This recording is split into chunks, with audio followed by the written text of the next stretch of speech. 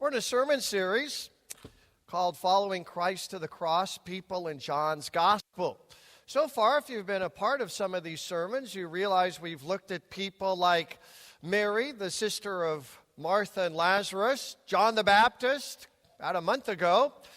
We will be looking at Mary Magdalene, Pontius Pilate in the next couple of weeks. Today, though, we're looking at one of the most notorious sinners in the book of John. And there are some pretty notorious sinners, right? People like the Samaritan woman. We've looked at her already. People like the woman caught in adultery. Judas Iscariot. I mean, the Gospel of John has some pretty wicked characters. But probably the most wicked, the most notorious, the most evil would be the man we're looking at this weekend. His name? Barabbas. Barabbas. Many of you know about Barabbas, right? He's one of the most famous prisoners in history. And we pick up Barabbas at the end of John chapter 18 on Good Friday. And this picture really picks up the drama, doesn't it? There in the middle would be the Roman governor, Pontius Pilate. Of course, on Pilate's right would be Jesus. And then on his left, there he is, Barabbas. Barabbas. And many of you know that the Jewish custom was that the Roman government would free a prisoner every Passover. To remember that the Israelites on the first Passover were freed from the bondage of Egypt. So Pilate is simply doing the custom on Passover. He's saying, I will release for you one of your own. And that's where we meet Barabbas. Pilate poses this question to the Jews. This is what he says. Do you want me to release the King of the Jews? They shouted back, no, not him. Give us Barabbas. And then the end of John chapter 18 concludes with this comment on Barabbas. Now, Barabbas was a robber, a revolutionary. The Greek word here is leistus. So for the next couple of minutes, I want to do a character sketch for you so you can understand a little bit more about who this Barabbas is. And the first point is that he was not just any old kind of criminal or robber or revolutionary. No, the Greek term is revelatory here. It's leistus, leistus. So a leistus in Greek literature, and even in the New Testament, would be the most vile form of criminal. A leistus would be a violent robber who financed all his lawlessness through what he could plunder and steal. So don't think of a leistus as just kind of a small-time crook or a second-hand scoundrel or a small-time thief. Oh, no. Oh, no. Leistus is as bad as they get. And the New Testament actually helps us understand this a little bit more. In Luke chapter 10, verse 30, Jesus is telling his famous parable about the Good Samaritan. And within that parable, we have these words. A man was going down from Jerusalem to Jericho. He fell among robbers. See, there's our word. It's the plural, leistais, okay, of the singular leistus, but translated in both contexts as robbers. So what does a leistus do? Do they just pick your pocket? Do they just steal your social security number? What they do is what they do. They strip you, they beat you, they leave, and they think you're dead. That's Barabbas. So putting John 18:40 and Luke 10:30 together, what do we get? We get this very compelling understanding of Barabbas. He's not just out there to rob or to plunder or to steal. No, as a laestus, Barabbas is out to kill and maim and destroy. But there's more as we develop this character analysis of Barabbas.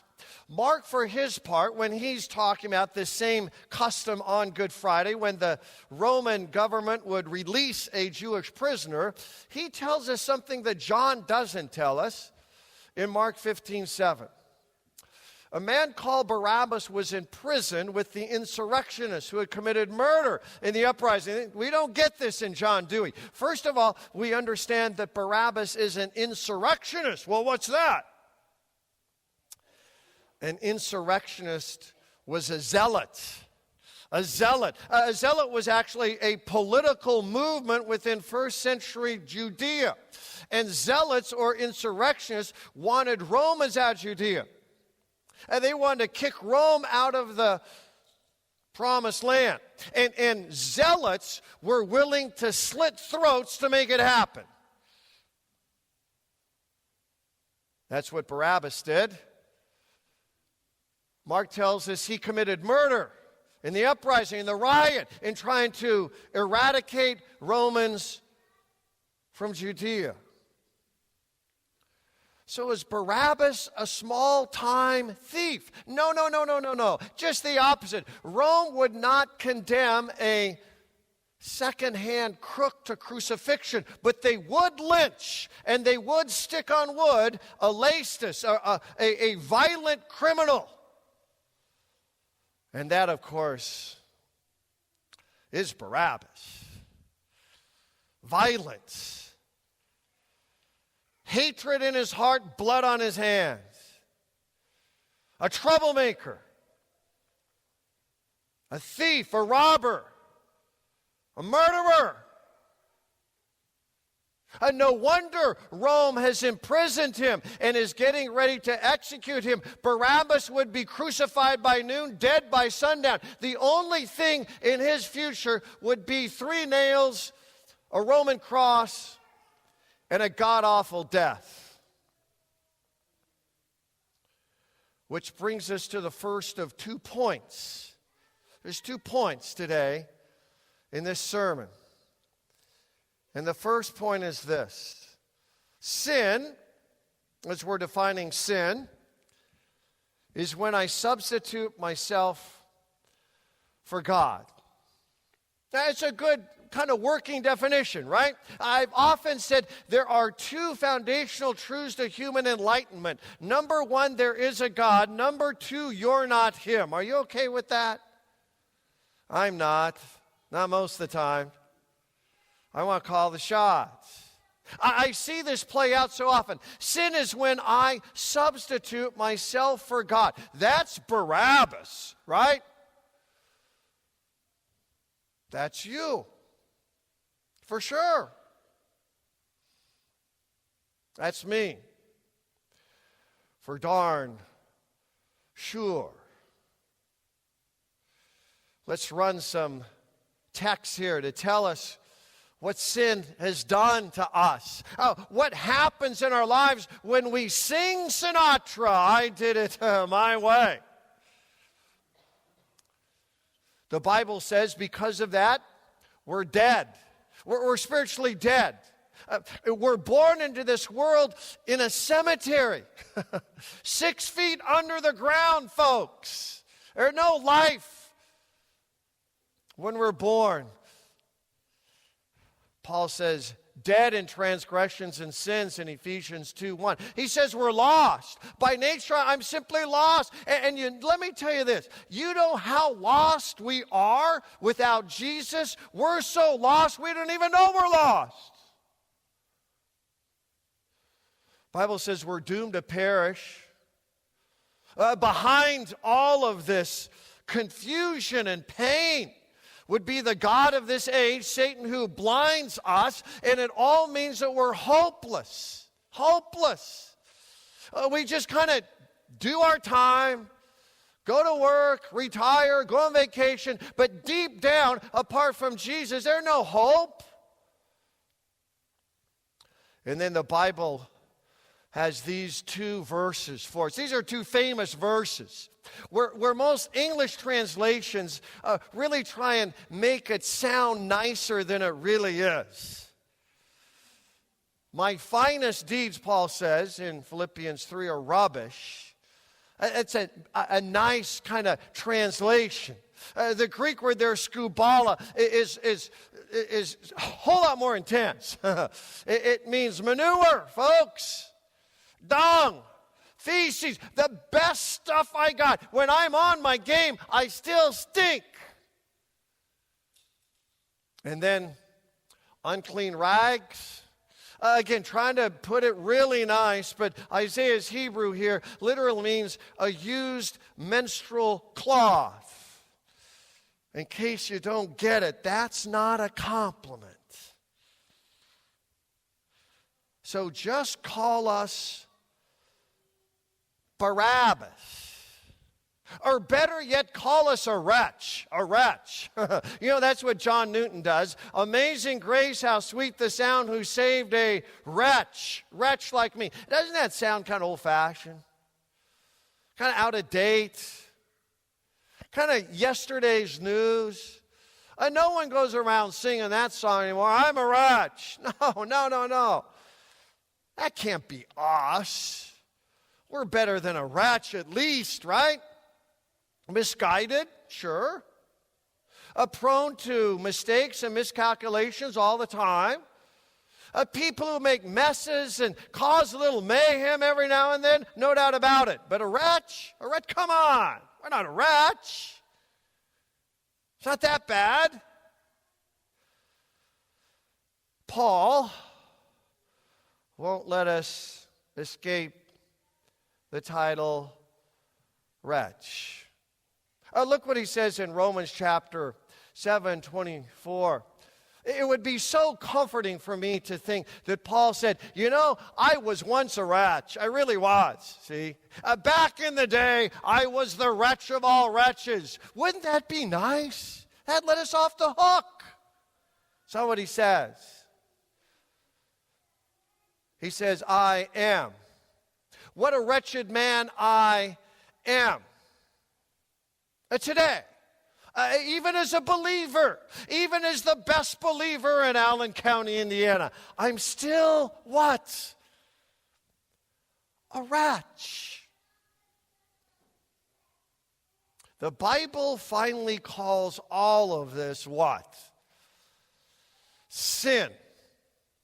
Sin is not an occasional mistake. Sin is not getting tripped up every now and then. Remember our definition of sin this morning? Sin is when I substitute myself for God. Sin is when I sing with Billy Joel, I don't care what you say anymore.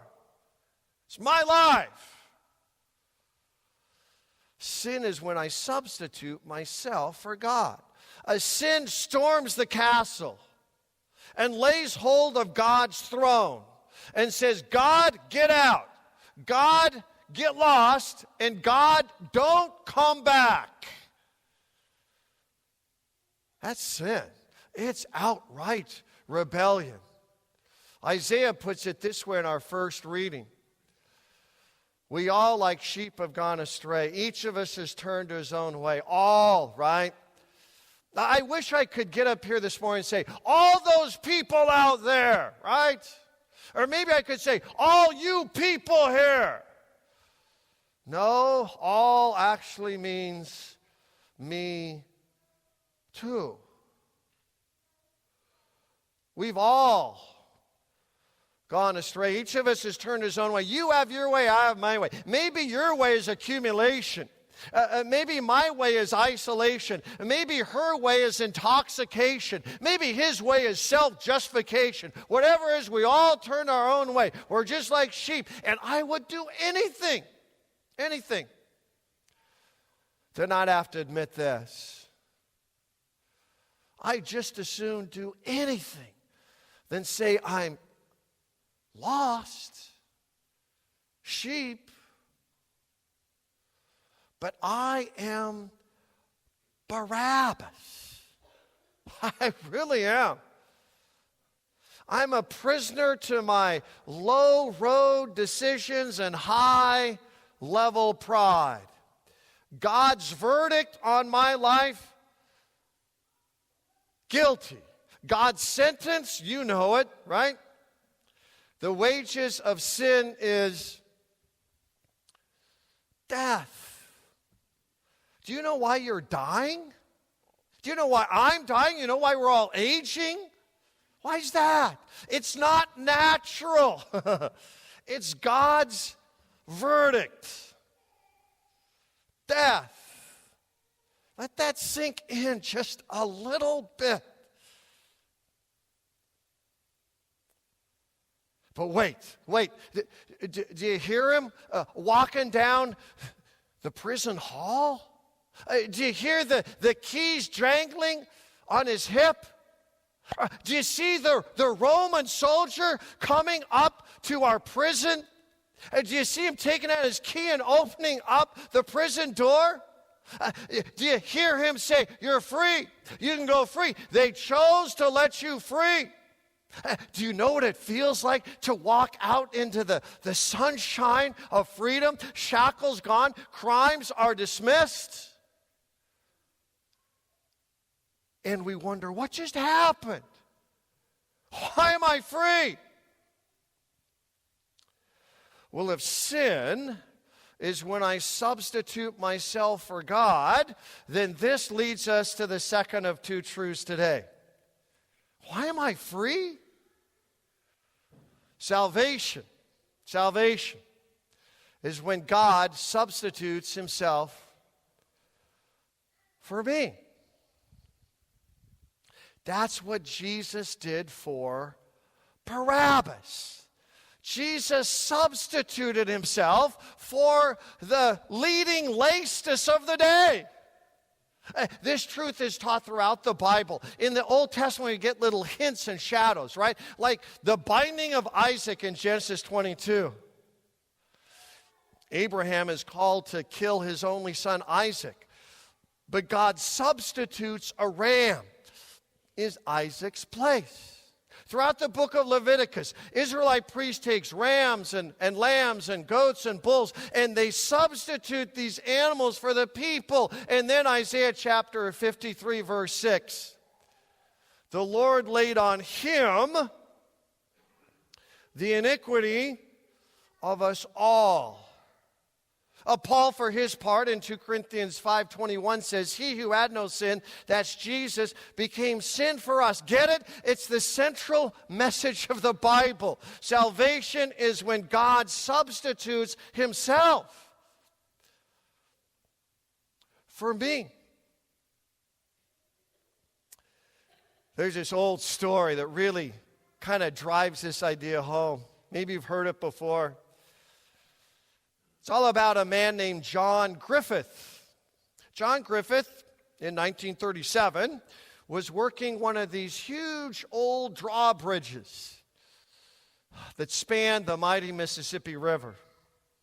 One day, John Griffith decided to bring his 8-year-old son, Greg, to see what Dad does for a living. 12 o'clock came, and John Griffith moved the bridge up. They lost track of time a little bit over lunch, and all of a sudden they heard a distant train whistle, and it was the Memphis 107. 400 people on this passenger train.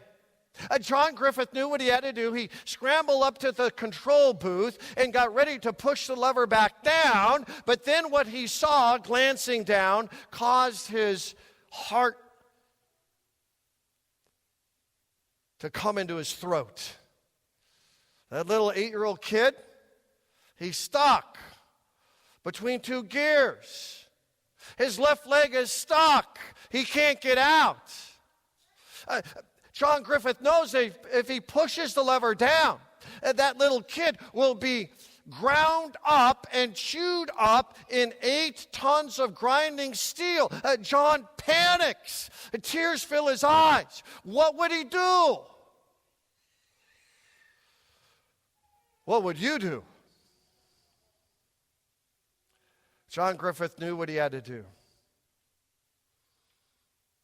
He put his head in his arm, pushed the lever down, just in time for the Memphis 107 to cross the roaring river with 400 people on board. Get it? Salvation is when God substitutes himself for me. That's what the Father did, right?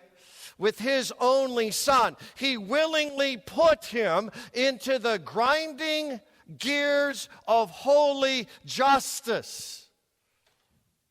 Now, Pilate, even Pontius Pilate, at the end of John 18, didn't think Jesus deserved that, right? Did you get that in John 18:38, where Pilate says, I find no charge to condemn him. He's innocent.